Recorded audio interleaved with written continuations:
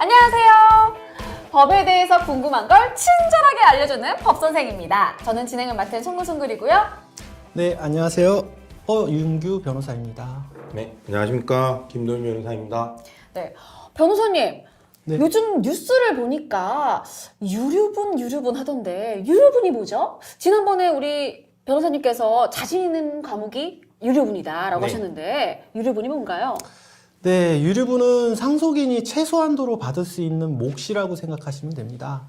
쉽게 좀 말씀드리면 어떤 아버님이 계신데 그 아버님이 여러 자식 중에 유독 그 장남한테만 모든 재산을 물려준다고 좀 가정을 해보시면은 다른 그 상속인들은 당연히 불만을 갖게 되시겠죠. 그러니까 이러한 불평등한 부분을 좀 시정을 하고 그리고 다른 상속인들의 어떤 경제적인 생활 보장을 하기 위한 취지에서 우리 민법은 상속인들에게 최소한의 몫인 유류분이라는 걸 인정해주고 있습니다. 지금 말씀해 주신 대로 실제로 유류분과 관련하여 많은 논란이 있는 것이 사실입니다. 지금 헌법재판소에는 이 유류분과 관련해서 현재 21건의 헌법재판이 계류 중이고요. 이런 유류분은 과거 농경사회 관습과 장자 상속의 관습 때문에 이루어져 왔는데요. 실제로 우리 헌법재판소는 이러한 점을 고려하여 유류분에 대하여 유족들의 생존권을 보호하고 상속 재산 형성에 대한 기여를 보호하며 법적 안정성을 도모하기 위해서 이러한 유류분이 있는 것이라고 판시한 적이 있습니다.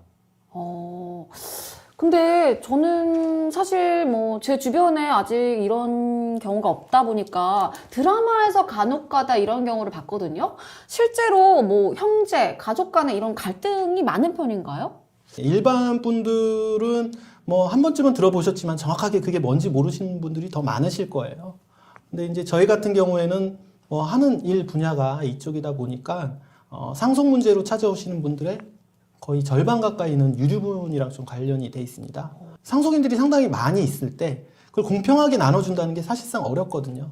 근데 특히나 부모님들 중에 어느 한 자식을 사랑해서 그분한테 좀 재산을 많이 물려주거나 사전에 증여하거나 유언을 했을 때 다른 분들이 불만을 많이 갖게 되고요. 그런 분들이 주로 이제 저희들한테 찾아오시는데 상당히 많이 있다고 볼 수 있습니다. 대략적으로 금액이라든지 그런 범위를 어디까지 가늠을 해볼 수 있을까요? 쉽게 말씀드리면은 저희 이제 법정 상속분이라는 게 있죠. 보통은 이제 자녀들은 균등하게 1대1로 받고 그 다음에 어머니, 배우자, 아버님, 배우자는 약 50% 가산해서 1.5를 받는다고 생각하고 계시는데요. 원래 받는 금액의 2분의 1이라고 생각하시면 되고요. 상속인 중에 이제 형제 상속이 일어나는 경우가 있는데요. 그 경우만 3분의 1이라고 보시면 될 것 같습니다. 어찌됐든 이 유류분이라는 것이 상속을 받지 못한 그런 상속인을 보호하기 위한 그런 제도인 것 같은데 아까 말씀 중에 헌법재판소의 위헌 법률 심판 제청이라고 하셨는데 위헌, 헌법에 위배됐다. 법률 심판을 다시 제청한다? 이런 뜻인가요? 네. 무슨 말인지. 정확하게 송구용구님께서 해석을 하셨는데요. 네. 실제 그런 뜻입니다. 법적으로 말씀드리면 어떤 법 규정이 재판을 함에 있어서 전제가 된 경우에 그 법 조항이 문제가 있다. 이 법 조항 자체가 개인의 자유권이든 어떤 헌법적 권리를 침해한다. 그런 경우에는 그 법 조항이 잘못됐다고 헌법재판소에 그 시시비비를 가려달라고 요청을 하는 거고요. 실제 지금 유류분과 관련해서 아까 제가 말씀드린 대로 약 21건의 헌법재판 사건이 지금 헌법재판소에서 진행되고 있는 상태입니다. 그러면은 말씀하신 그런 정보라고 하면은 이제 상속을 받지 못한 사람에게 최소한의 상속을 보장하자 이런 건데 이게 왜 위헌 법률을 심판이 제청된 거죠? 첫 번째는 시대가 많이 변했다는 점을 좀 생각해 보시면 될 것 같습니다. 이게 유류분이 1977년도에 저희 민법에 이제 도입이 됐습니다. 그래서 오래됐다면 오래됐고 좀 얼마 안 됐다면 얼마 안 된 시간인데 그 77년도, 70년대라고 생각하시면은 그때까지는 아직 저희가 좀 농민들이 좀 많았죠. 그래서 한 40%가 농민이었다고 하더라고요, 그때는. 그러다 보니까 그 가족 재산이라는 개념이 좀 있었습니다. 아, 네. 무슨 말이냐면은, 내 농사 짓는 거를 주로 이제 장남에 대한 어떤 그런 개념이 많았을 때였기 때문에 그쵸. 이 재산을 장남한테 나눠주면 나머지 뭐 가족들의 생계는 장남이 책임지면 되지 뭐 이런 개념이 좀 있었던 것 같습니다. 그러다 보니까 나머지 그 가족들에 대한 생활 보장이 안 될 수도 있다는 그런 우려가 좀 있었던 것 같고요.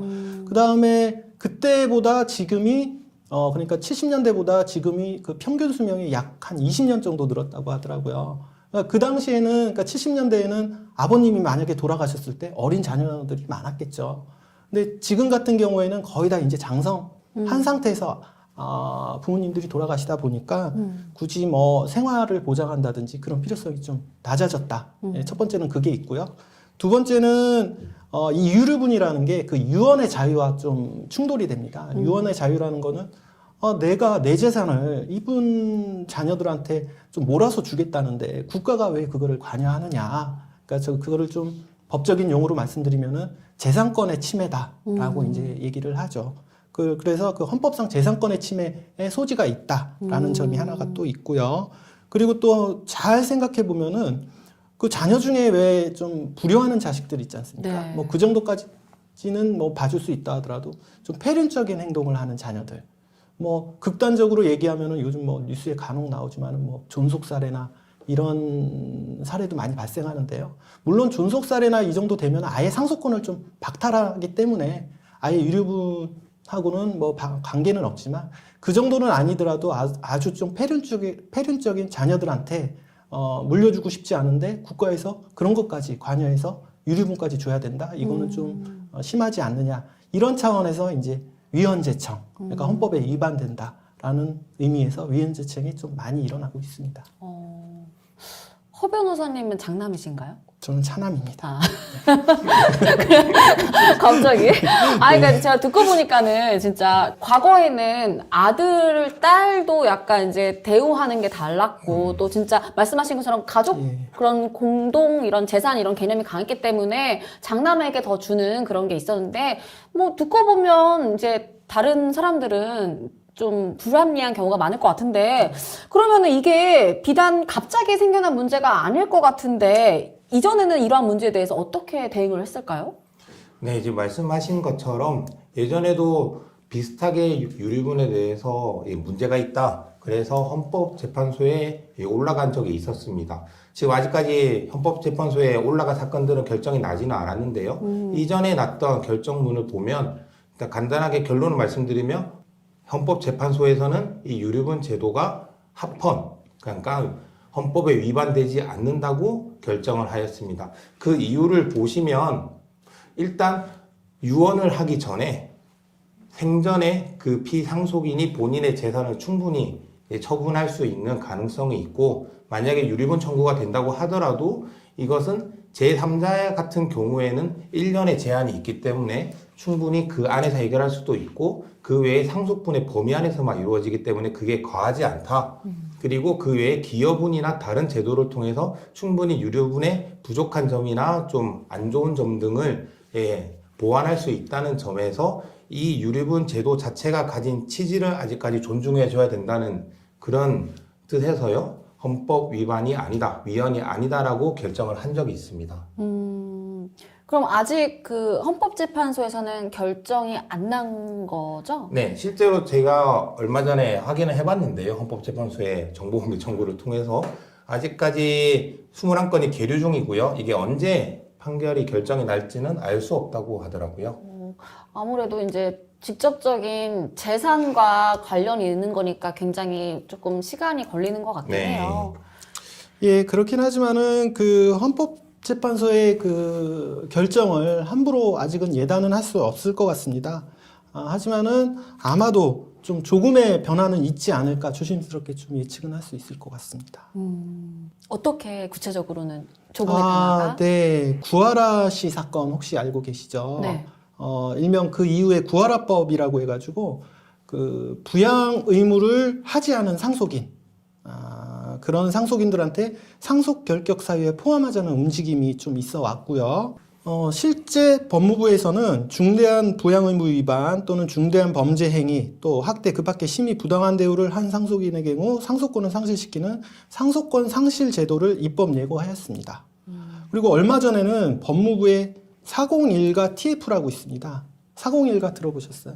유류분권자에서 형제 자매를 또 삭제하는 것을 제안했고 법무부가 이를 또 입법 예고했고요. 최근에 이런 사정을 고려하면 그 유류분 제도에 대해서 위헌 결정을 내리기는 어렵더라도 그 취지를 좀 되새기면서 현실에 맞는 제도로 바뀌는 계기가 되지 않을까 그렇게 좀 예상을 해본다는 의미였습니다. 두 분 의견 감사합니다. 그러니까 부모에게 폐륜적인 행동을 하더라도 이 유류분 청구 소송을 통해서 재산을 받을 수 있다. 이런 게 굉장히 놀라운 것 같은데 그만큼 사회적인 인식이 그만큼 많이 변화가 된 것 같아요.